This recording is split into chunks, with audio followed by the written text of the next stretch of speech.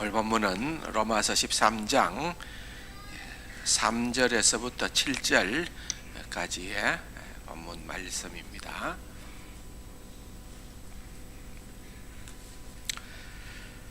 다스리는 자들은 선한 일에 대하여 두려움이 되지 않고 악한 일에 대하여 대단히 내가 권세를 두려워하지 아니하려느냐. 선을 행하라. 그리하면 그에게 칭찬을 받으리라. 그는 하나님의 사역자가 되어 내게 선을 베푸는 자니라. 그러나 내가 악을 행하거든 두려워하라. 그가 공연히 칼을 가지지 아니하였으니 곧 하나님의 사역자가 되어 악을 행하는 자에게 진노하심을 따라 보응하는 자니라.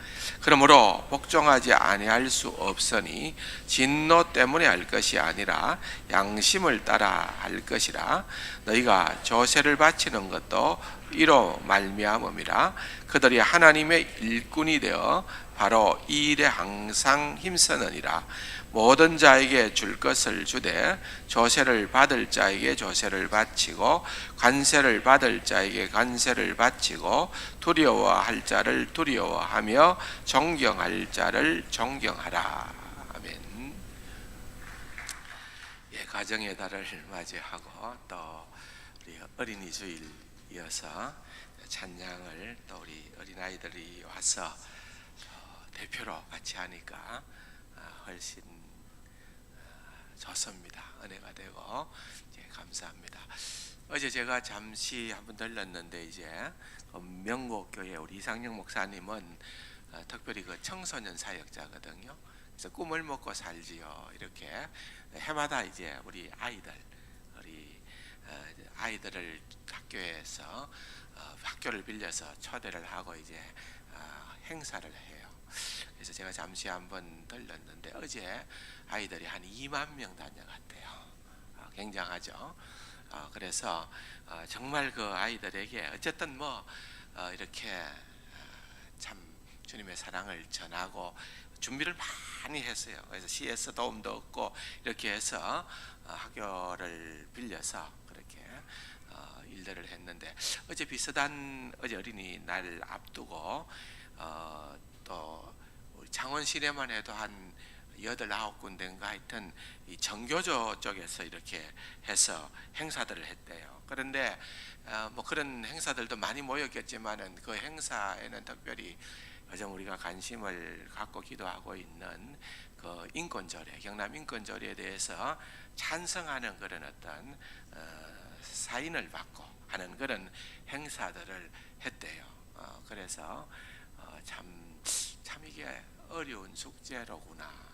이제 도로 넘어갔거든요. 도로 더 의회로 넘어가서 이제 이것이 결정되어지는 그런 수순에 있는데 이를 위해서도 정말 우리가 많이 기도해야 되는 그런 부분들이 있고 또 오늘 말씀을 통해서도 좀 한번 큰 그림을 그려보는 그런 또 시간은 필요하다 그렇게 생각을 합니다. 로마서를 기록한 이 배경을 보면은 어쨌든 이제 로마가 그 당시에 세계를 주도했던 것이고 또 로마는 황제 숭배 사상이 점점 강화가 되고 있었어요. 아직은 아닙니다만은 계속해서 이제 황제가 신이라는 거죠. 로마에서 최고의 신은 황제라는 거 아니겠습니까? 그래서 하나님을 믿는 것도 로마에는 이제 거부 반응이 있고 로마가 통치하는 그런 부분들에 대해서 굉장히 거부 반응을 갖고 있는 거죠. 그래서 어떤 식으로든지 이제 누르려는 거죠. 마치 지금 이제 중국이라는 거대한 저 나라가 지금 어쨌든 공산주의자들이 공산주의의 권력을 가지고 중국을 통치하는 나라입니다. 근데 그 중국의 공산주의의 숫자보다 기독교인의 숫자가 더 많아졌다는 거예요. 공산주의 숫자보다 기독교의 교인의 숫자가 많아지니까 어쨌든 간에 정치하는 사람들은 이것을 하나의 세력으로 보는 거예요. 세력. 정치 세력으로 보니까 이것을 분산시키고 또 어떻게든지 소멸시켜야 되니까 이런 근간에 선교사들이 있고 또 교회가 있고 이러니까 이제 선교사들을 다 추방하는 거예요. 이유불문을 하고 모든 선교사들은 다 쫓아내고 또 교회들도 지금 뭐 그냥 무차별적으로 공격을 당하고 있는 그런 입장에 있는 거예요. 이런 어떤 어려움들이 이 시대에 있는 것처럼 로마 그 당시에도 그런 어떤 어려움들, 그래서 글라우디오 황제 시제에 49년에 그 유대인들이 반란을 일으켰어요. 로마에 사는 유대인들이 좀 반란을 일으키다가 그것이 실패로 돌아가고 또 그러면서 추방령이 떨어지고 그러면서 어느 좀 세월이 몇 년이 지나면서 복원되어지고 다시 로마에 들어온 유대인들 가운데에서 예수 그리스도를 믿는 사람들이 생김으로 교회가 형성이 되어지고 그 교회의 구성원으로서 대부분 이제 유대인 기독교인이겠지요. 그 사람들이 지금 직면한 현실 가운데에서는 어쨌든 간에 이 로마 황제를 넘어뜨리려고 하는 그런 어떤 마음들은 간절한 거예요. 그것이 이제 갈수록 박해가 심해지니까 한 30년 뒤에 사도 바울이 로마서를 기록한 것은 주 57년경이고 대략 한 30년 정도 흘러서 사도 요한이 요한계시록을 썼을 때에는 내용을 보면은 또 사실은 이 바벨론으로 묘사되고 있는 로마의 제국을 향해서 거기에 순종하라는 그런 표현을 서지를 않습니다. 그러나 뭐 그렇다고 해서 이걸 무력적으로 뭐 피 흘리기까지 투쟁해서 나라를 무너뜨리고 전복해라 이런 쪽은 또 아니에요. 그래서 어쨌든 지금 사도 바울은 지금 나름대로 그 시대에 이 로마의 교회 그리스도인 유대인으로서 그리스도인들은 그 당시에는 이 로마에 대해서 어떻게든지 불만을 가지고 뭔가를 해보려고 하는 사람들, 심지어는 뭐 그 사람들이 그 당시에는 이 납세가 공정치 않았을 거 아니에요. 로마가 정권을 유지하기 위해서 이제 그들이 지배하고 있는 그러한 나라들로부터 백성들로부터는 많은 세금을 무리하게 거두었단 말이에요. 그러니까 이 세금을 그냥 고분고분 내는 사람들을 또 유대인들이 싫어해요. 그래서 심지어는 뭐 집도 불사르고 사람을 죽이기까지 할 만큼 굉장히 그 알력이 있었어요. 그러니까 세금을 내는 거 이거 원치 않는 일들이다. 이런 어떤 분위기가 형성되어져 있는 그와 같은 때에 사도 바울이 로마서 23장을 기록해서 그들에게 보낸 거예요. 로마의 교인들이 너희들이 어떻게 하면은 어떻게 살아가는 것이 하나님의 뜻대로 살아가는 방법이다 라고 하는 것을 보여줬는데 현실적으로는 거부 반응을 많이 받을 수밖에 없는 그런 표현들이고 또 우리도 오늘 이 시대에 또 그런 것들을 느낄 수도 있는 그런 생각을 가질 수 있습니다. 많은 이제 오늘 우리가 이 본문의 말씀들을 통해서 생각해 보려고 하는 것은 어쨌든 가장 중심이 되는 말씀은 13장 1절입니다. 다 같이 한번 다시 보면은요. 각 사람은 위에 있는 권세들에게 복종하라. 권세는 하나님으로부터 나지 않음이 없나니 모든 권세는 다 하나님께서 정하신 바라. 이제 이 부분이 사도 바울이 지금 13장을 열면서 원칙으로 내세운 아주 가장 큰 주제예요. 여기에 대한 해설과 설명이 이제 다음으로 계속 전개가 되어지는데 권세자에게 순복하는 거다. 그렇다고 하면은 왜 순복해야 되느냐? 오늘 우리가 이제 이 많은 숙제 가운데서 우리 갈등 가운데에서 권세자에게 사도 바울이 로마서 13장을 통해서 순복하라. 사실 우리가 지금까지 로마서를 보면서 로마서가 좀 딱딱하기는 하지만은 로마서가 귀한 것은 성경 중에 성경이라 할 만큼 구원론에 대해서 우리가 구원 얻는 방법에 대해서 가장 잘 정리를 해놓았고 또 구원받은 하나님의 백성으로 어떻게 우리의 삶을 살아가야 할 것인가 우리의 삶의 방법에 대해서 또 가장 구체적으로 설명을 하고 있는 것이 이 로마서 13장이라고 한다면은 로마서에 기록된 말씀이라고 한다면은 오늘 기록되어진 이 말씀도 그런 맥락에서 우리가 이해를 하고 해석을 하고 내 생각하고 맞든지 맞지 않든지 간에 이것은 절대적 하나님의 말씀이다. 우리가 토를 달 수 있는 것이 아니고 우리가 이거는 그래도 거부할 수 있다 이렇게 스스로 판단할 수 있는 수준이 아니고 이것은 하나님께서 사도 바울을 통해서 우리에게 주시는 절대적 하나님의 말씀이다 하는 것을 전제로 해서 이 말씀을 드려야 되는 거예요. 그래서 왜 복종해야 되느냐 하는 부분을 우리가 좀 나누어 보고, 그렇다고 하면은 어느 정도로 복종하는 것이 진짜 성도의 삶인가 하는 부분을 또 설명을 해드리겠습니다. 두 가지를 오늘 듣고 간직하고 기도하고 그렇게 했으면 좋겠습니다. 첫 번째로는 여러분 왜 순종해야 되느냐라고 하는 그 부분에 대해서는 1절에서부터 4절까지가 주 설명이 됩니다.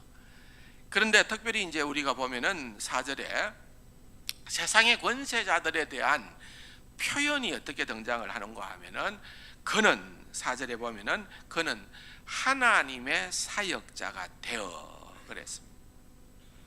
내게 선을 베푸는 자니라. 그러나 내가 악을 행하거든 두려워하라. 그가 공연히 칼을 가지지 아니하였으니, 칼이라는 것은 힘과 권력을 얘기하는 거잖아요. 그래서 국가가, 권세자들이, 국가의 공직자들이 공연히 힘을 가지고 있는 것은 아니라는 거예요. 근데 물론 이제 이 전반부의 전반적인 내용을 통해서 볼 때는 이게 국가로서의 기능을 정상적으로 어느 정도 하고 있다는 것을, 완벽하지는 않죠 로마가.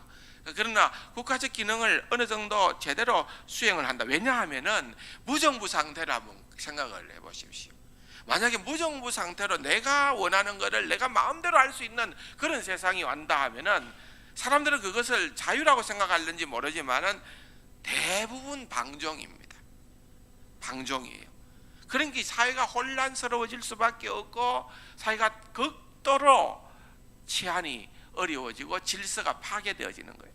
그래서 하나님께서 타락한 인생들을 위하여서 허락한 제도가 국가라는 제도예요. 국가라는 제도. 그래서 이 국가가 어느 정도 정상적인 기능을 하게 될 때에는 국가를 통하여서 우리가 많은 것들을 얻게 됩니다.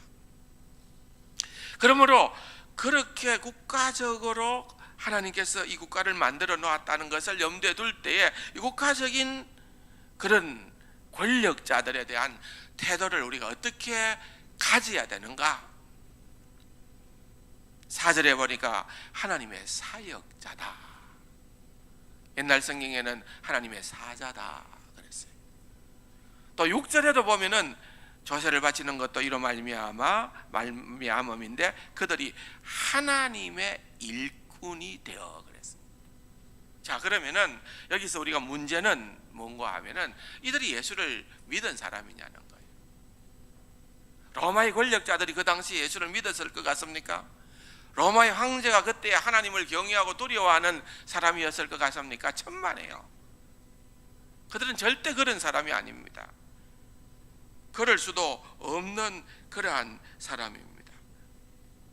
하나님을 믿지 않는 사람이 월등히 많았습니다. 이제 겨우 이제 복음이 로마로 침투해 들어가고 있는 그러한 시점입니다. 이제 복음이 때로는 시위대나 또는 어느 귀족들이나 또는 왕실에 어떤 루트를 통해서든지 조금씩 영향을 미치고는 있었지만은 주류는 아니에요. 그와 같은 때에 사도 바울이 지금 이거를 서서 배배를 통하여서 이제 로마에 있는 교회 성도들에게 보내어 준 겁니다. 그렇다고 하면은 그 사람이 도대체 하나님도 믿지 않았는데 어떻게 하나님의 사자가 될 수가 있느냐, 사역자가 될 수가 있느냐, 이 부분에 대하여서 이 문제를 해결하기 위해서 또 성경을 한 군데 더 보기를 원하는데요. 여러분 한번 찾아봅시다. 자막도 나옵니다만은 그래도 한번 눈으로 확인하면 좋겠는데요. 이사야서 44장 28절에 있는 말씀입니다.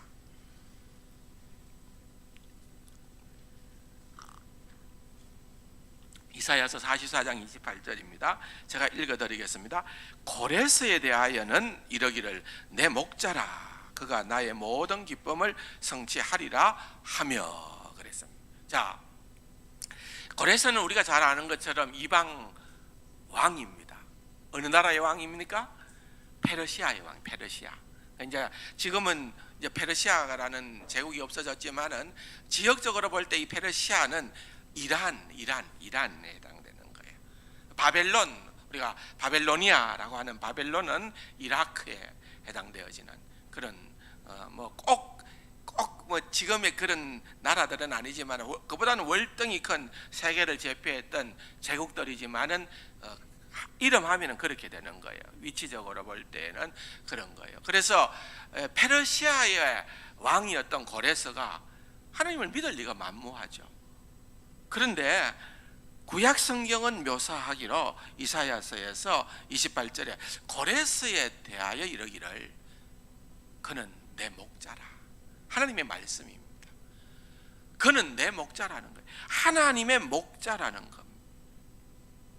그뿐만 아닙니다. 여러분, 그 앞에 장으로 넘어가서 41장과 42장을 전체적으로 읽어보면은 이 내용이 1차적으로는 고레스에 대한 예언의 말씀이에요.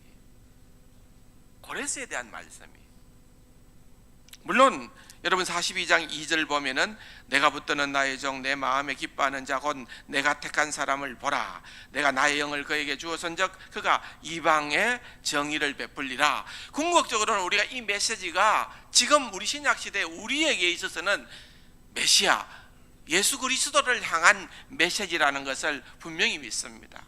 그러나 1차적으로 이 이사야서가 이것을 선포했을 때에 1차적으로 해당되어지는 당사자는 고레스를 염두에 두고 한 거예요.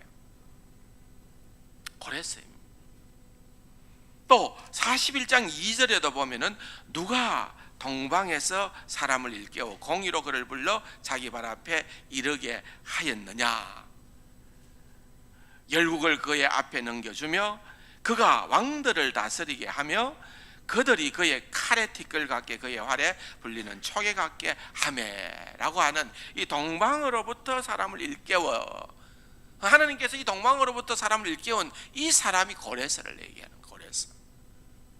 오늘날 이단에서는 이걸 마주인석교로 해석해서 동방이니까 대한민국이다 그렇게 해석을 엉터리로 하는 사람이 있습니다만은 여러분 여기 41장과 42장은 전체적으로 볼 때에 고레스를 지금 얘기를 하고 있는 그러한 말입니다.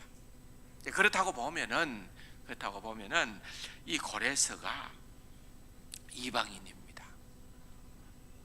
하나님을 믿는 하나님을 경외하는 자가 아닙니다. 그럼에도 불구하고 하나님께서 세계를 경영하시고 하나님께서 역사를 주관하시고 하나님께서 나라를 일으키시고 하나님께서 권세자들을 세우신다는 관점에서 우리가 이해를 해야 되는 것입니다. 나의 종, 나의 목자라고 하는 것.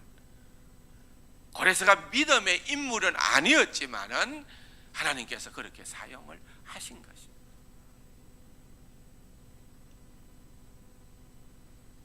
사랑하는 성도 여러분, 느부갓네살도 마찬가지입니다. 그도 바벨론의 왕으로서 하나님을 알지 못하고 하나님을 믿지 아니었고 하나님을 경외하지 않았지만은 그 역시 하나님의 쓰임받는 도구에 불과했다는 것을 우리는 알 수가 있는 것입니다. 그래서 오늘 우리는 이 부분을 다시 한 번 더 정리를 하는 것입니다. 모든 권세는 하나님께서 정하신 바다. 그러므로 여러분 이 세상의 권세자들, 이 세상의 통치자들은 일단은 하나님께서 하나님의 사역자로, 하나님의 사자로, 하나님의 종으로 하나님께로부터 그 권세가 왔다. 물론 이 권세를 받은 사람들이 내 마음대로 하나님의 뜻을 거역하고 또한 자기의 유익을 위해서 통치를 하게 될 때에는 더 큰 권세자를 염두에 두면서 취해야 될 태도가 나옵니다만은, 그냥 우리로서 취해야 될 태도를 먼저 사도 바울은 이렇게 언급을 하고 있는 것입니다. 왜 복종해야 되느냐? 하늘로부터 주어진 권세이기 때문에 그렇다는 거예요. 하나님의 사역자요, 하나님의 사자이기 때문에 그렇다는 겁니다. 그렇다고 하면은 두 번째로는 어느 정도까지 우리가 복종을 해야 하느냐, 어느 차원에서 복종을 해야 하느냐에 대한 부분을 오늘 본문 5절이 우리에게 가르쳐주고 있습니다. 같이 한번 읽어볼까요? 그러므로 복종하지 아니할 수 없으니 진노 때문에 할 것이 아니라 양심을 따라 할 것이니라. 자, 여기에 아주 비교되는 두 표현이 나오죠. 뭐 때문에 할 것이 아니라 뭐 때문에 할 것이다. 진노 때문에 할 것이 아니라 진노 때문에 양심을 따라 할 것이니라 그랬습니다. 예를 들면 이런 겁니다. 오늘도 대부분 우리 성도님들이 이제 차를 몰고 왔습니다. 교통법규 잘 지켰지요. 빨간불에 잘 섰지요. 파란불에 잘 운행해서 왔지요. 근데 이제 가끔씩 새벽에 운전을 하다 보면은 아무도 없고 신호만 지 마음대로 돌아갈 때에, 여러분 빨간불인데 어떻게 하고 싶습니까? 지나갑니다. 저도. 왜 지나갑니까? 핑계를 스스로 댑니다. 내가 이렇게 멍청하게 서 있으면은 뒤에서 사나운 차가 그냥 나를 받고 그럴 가능성이 있잖아요. 예? 그럴 가능성이 있어요. 그러니까 그는 큰 사고를 막기 위해서 간다는 거예요. 핑계는 그렇죠. 근데 이제 보통 우리가 신호를 지키는 것은 여러 가지 차원이 있습니다만은 제일 낮은 차원을 생각을 해보면은 첫 번째는 교통 위반을 해서 걸리면은 뭐 한다고요? 벌금 내야 되잖아요. 티켓 받고 벌점 받고 벌금 내고, 심지어는 그것이 좀 더 심각한 경우에는 어떻게 됩니까? 감옥에도 가야 되고, 특례법 조항을 위반하게 되면은 감옥에도 가야 되잖아요. 합의가 안 되면은. 그러니까 이런 일들이 있으니까 이런 것들 때문에 지키는 것 참 힘들죠. 재미가 없죠. 그런데 지키기는 지키되 이렇게 지키는 것이 가치가 있다고 생각하는 거예요. 이 지키는 것이 우리에게 원리가 된다 이거예요. 지켜야만 질서가 유지가 된다는 거예요. 사실은 손해보는 것 같지만은 만약에 무질서하게 막 지 마음대로 가라고 그러면은, 하기사 뭐 좀 다녀보니까 차선이 없고 신호등이 없는 나라가 있어요. 차는 달리는데.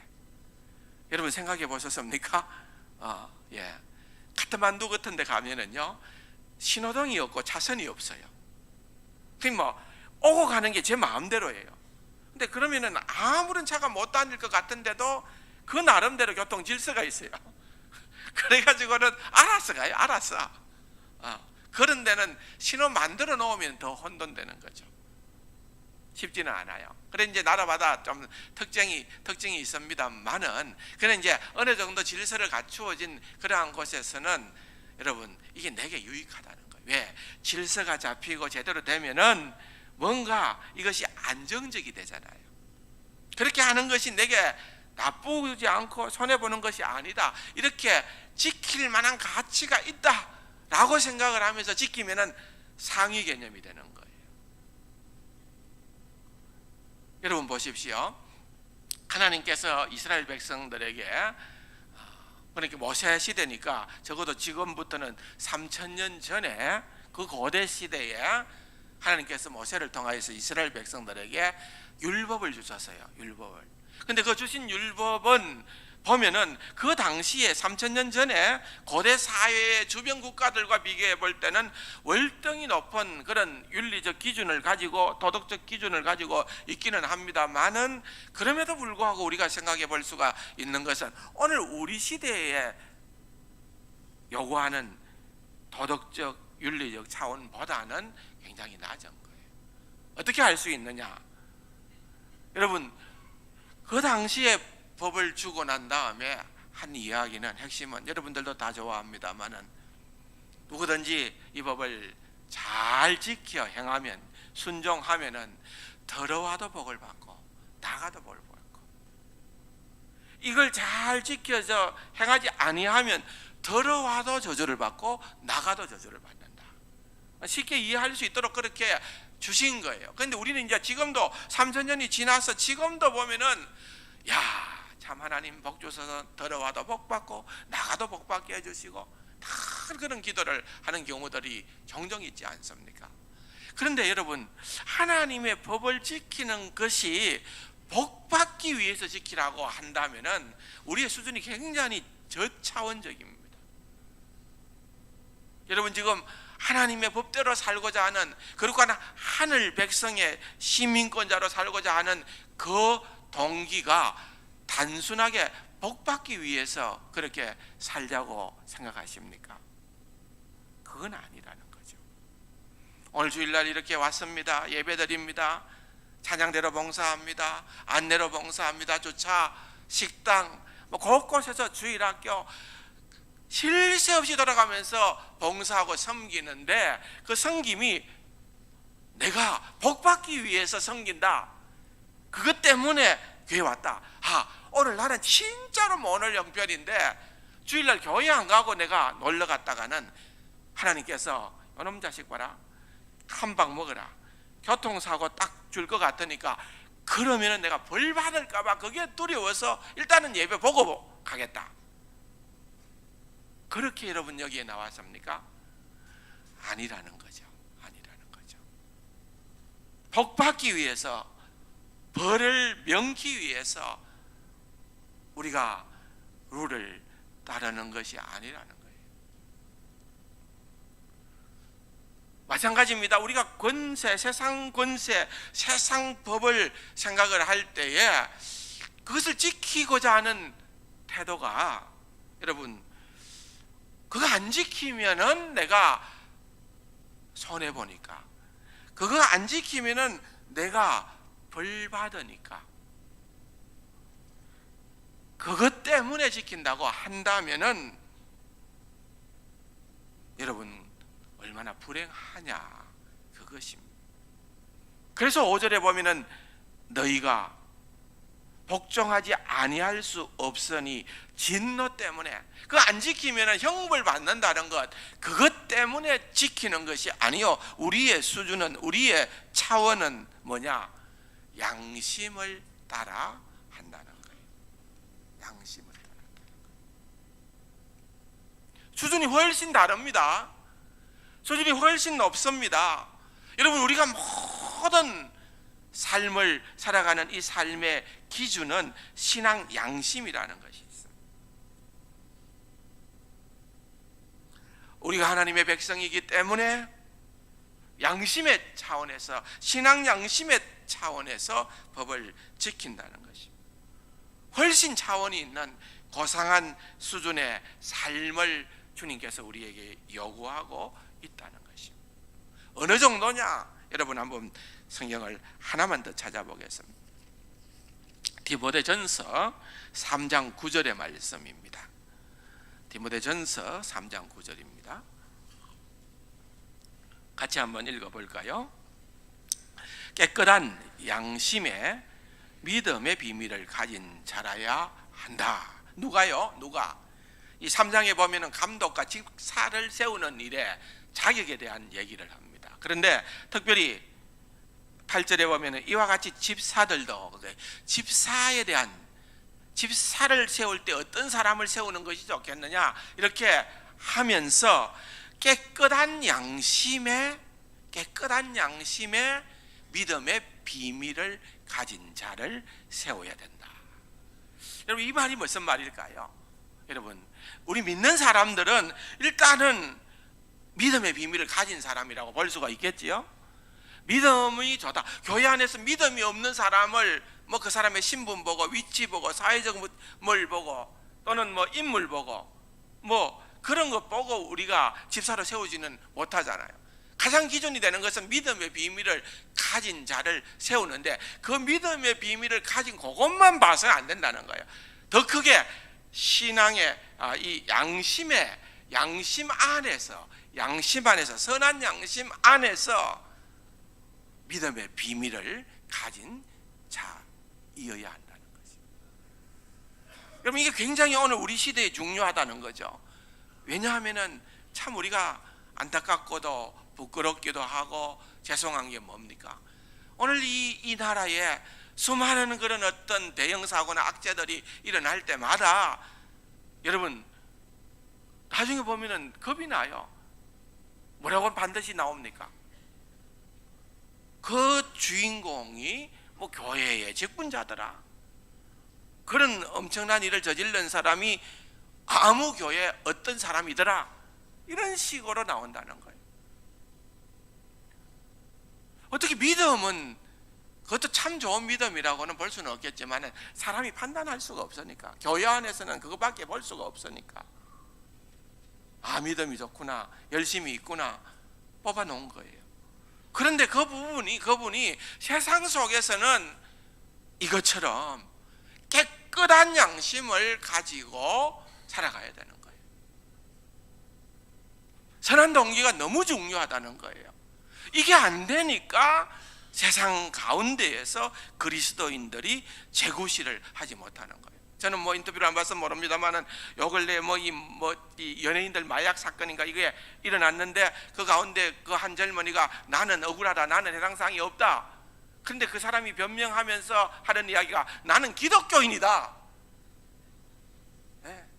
나는 기독교인인데 절대 마약한 일이 없다. 기독교인인데 마약한 일이 없다. 내가 기독교인을 강조한 이유는 뭘까요? 믿어달라 이 말이에요. 내 말을, 내가 기독교인이니까 내 말을 믿어달라. 그런데 나중 결과적으로 믿을만 했습니까? 검사해보니까 마약 성분이 나왔다는 거예요. 그거 어떻게 설명할 거예요?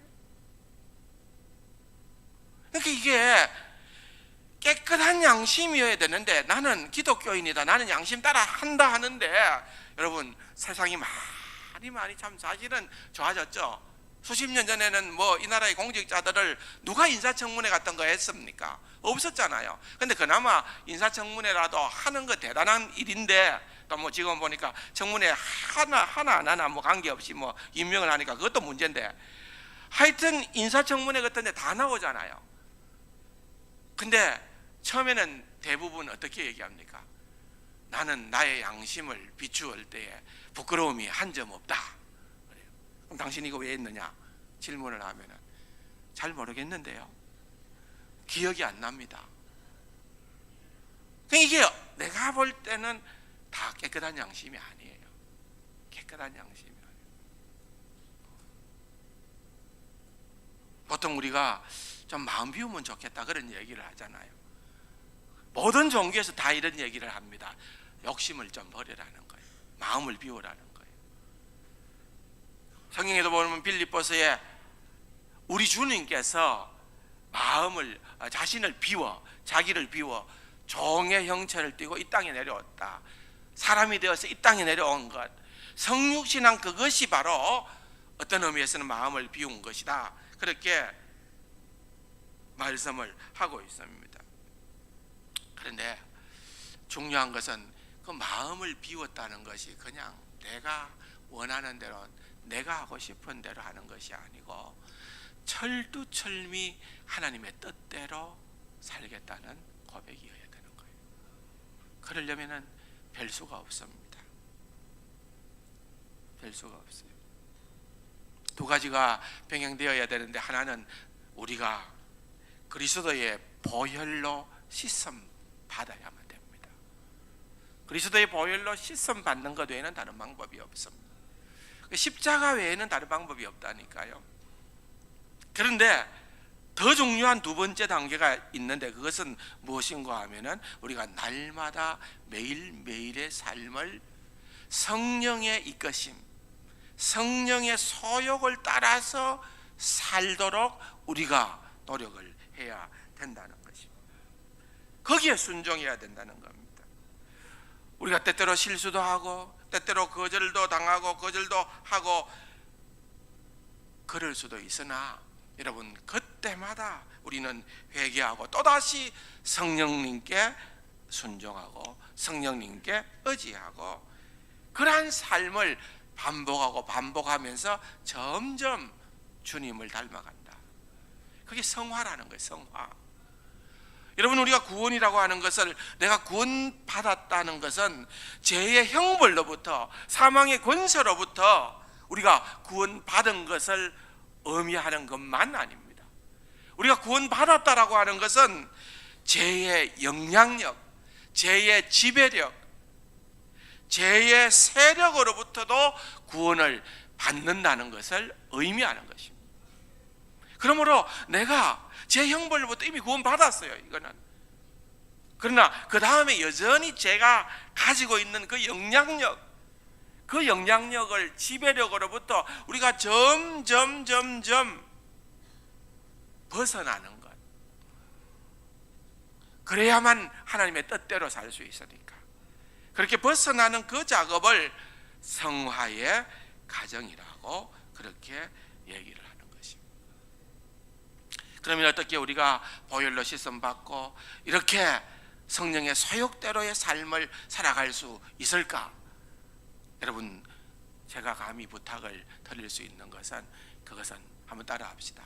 기도하면 된다. 기도밖에는 없다. 그겁니다. 말씀과 기도예요. 핵심은. 결론은 말씀과 기도인데, 사실은요, 가만히 생각해 보면은 말씀이 능력이라고 지금까지 너무 많이 얘기를 했잖아요. 근데 그 말씀이 능력으로 왜 우리에게 임하지 않느냐? 뭐가 빠져 있었어요? 기도가 빠지는 거예요. 기도가. 왜? 가만히 생각해 보면은 말씀이라는 건 좀 피동적이에요. 왜냐하면은 저도 지금 설교 시간에 여러분들에게 말씀을 전한다고 하는데 여러분 앉아서 그냥 말씀을 듣기만 하는 거예요. 피동적으로 말씀은 여러분들이 듣는 거예요. 그런데 여러분들이 능동적으로 해야 되고 할 수 있는 게 있어요. 그게 뭔가 하면은 기도라는 거예요. 기도. 기도는 내가 능동적으로 내가 하지 않으면은 못하는 거예요. 그래서 기도가 필요하다. 말씀과 기도. 특별히 제가 뒤에 부분을 강조하는 이유는, 그렇게 하는 것은 내가 능동적으로 할 수 있는 일들이기 때문에 그러하다는 것입니다. 사랑하는 성도 여러분, 깨끗한 양심 안에서 믿음의 비밀을 가진 자가 되게 하여 주옵소서. 이게 우리의 목표예요. 우리의 목표예요. 너무 중요합니다. 이 말씀을 여러분들이 명심을 하고요. 끝으로 한 가지만 더 보충한다고 하면은, 우리가 우리의 신앙생활의 동기를 좀 살펴볼 필요가 있습니다. 좀 전에도 말씀을 드렸던 것처럼 우리의 모든 신앙적인 활동, 주일날 이와 같은 활동이 너무 고맙고 감사하죠. 그런데 여러분, 그 활동의 동기가 정말 이렇게 하면은 내가 들어와도 복을 받고 나가도 복을 받고 복 받기 위해서 하는 그런 수준에 절대로 머물러서는 안 된다는 거예요. 왜 그런가 하면은, 만약에 그렇게 된다면은, 그런 동기로 한다면은 복 받기 위해서 하나님의 말씀을 순종하고 복 받기 위해서 열심을 내면은, 여러분, 복목 받으면 그 사람은 언제든지 교회를 떠날 사람이에요. 신앙을 떠날 사람이에요. 아니, 그냥 떠나는 게 아니라 하나님을 저주하고 원망하고 비난하고 떠날 사람들이에요. 그러므로 그게 아니라는 거예요. 우리가 신앙생활을 하는 그 근본적인 차원은 다르다는 거예요. 그건 뭐냐? 하나님께서 내게 지금까지 베풀어 주신 그 놀라운 은혜, 사랑, 긍휼에 감사함으로 하는 것입니다. 하나님께서 내게 뭘 줬느냐? 여러분, 하나님 내가 이게 필요한데 앞으로 이거 주면은 내가 열심히 낼 거고, 이거 주면은 하나님 신앙생활 제대로 할 거고, 이게 아니고 앞으로 받을 거 그것 때문에 하는 것이 아니라, 여러분, 엄밀한 의미에서는 내 손을 펴고 하나님께서 내게 준 것 넘치도록 많아요. 넘치도록 많아요. 내게 준 것, 그것을 생각하며 감사함으로 주를 향하여서 우리가 양심을 따라, 선한 양심을 따라, 깨끗한 양심을 따라 그렇게 신앙생활을 하면은 하나님께서 복을 더 주시겠죠. 그렇잖아요. 제대로 된 사람이니까, 제대로 할 수 있는 사람이니까 하나님께서 더 넘치도록 복을 허락해 주실 줄로 믿습니다. 그래서 우리가 그냥 단순하게 복 받기 위해서 신앙생활하고, 이거 내가 안 하면은 내가 혹시라도 하나님의 징계, 하나님의 벌을 받을까봐 두려워서 전전긍긍하는 것이 아니라, 여러분, 하나님께서 이미 아직 우리가 죄인 되었을 때에 우리 주 예수 그리스도를 우리를 위해 내어 주시기까지 우리를 사랑하신 그 놀라운 하나님의 사랑, 그 놀라운 은혜에 감격하여서 감사함으로 우리가 주의 말씀이 내게 합당하든지 그렇지 않든지, 내가 이해되든지 그렇지 않든지, 내 마음에 들든지 안 들든지 주님 앞에서 순종하는 삶을 살아갈 때에 그것이 온전한 순종이요, 하나님께서 원하시고 하나님께서 기뻐하시는 순종이요, 그렇게 순종할 때에 하나님께서 더 넘치도록 은혜 베풀어 주신다는 사실을 같이 믿으시기를 주님의 이름으로 축원합니다. 좋으신 아버지 하나님, 주신 말씀을 기억하며 늘 은혜 가운데 주께 감사하는 삶, 그렇게 순종하는 귀하고 복된 우리 세강 가족들 되게 하여 주옵소서. 예수님의 이름으로 감사기도 드립니다. 아멘.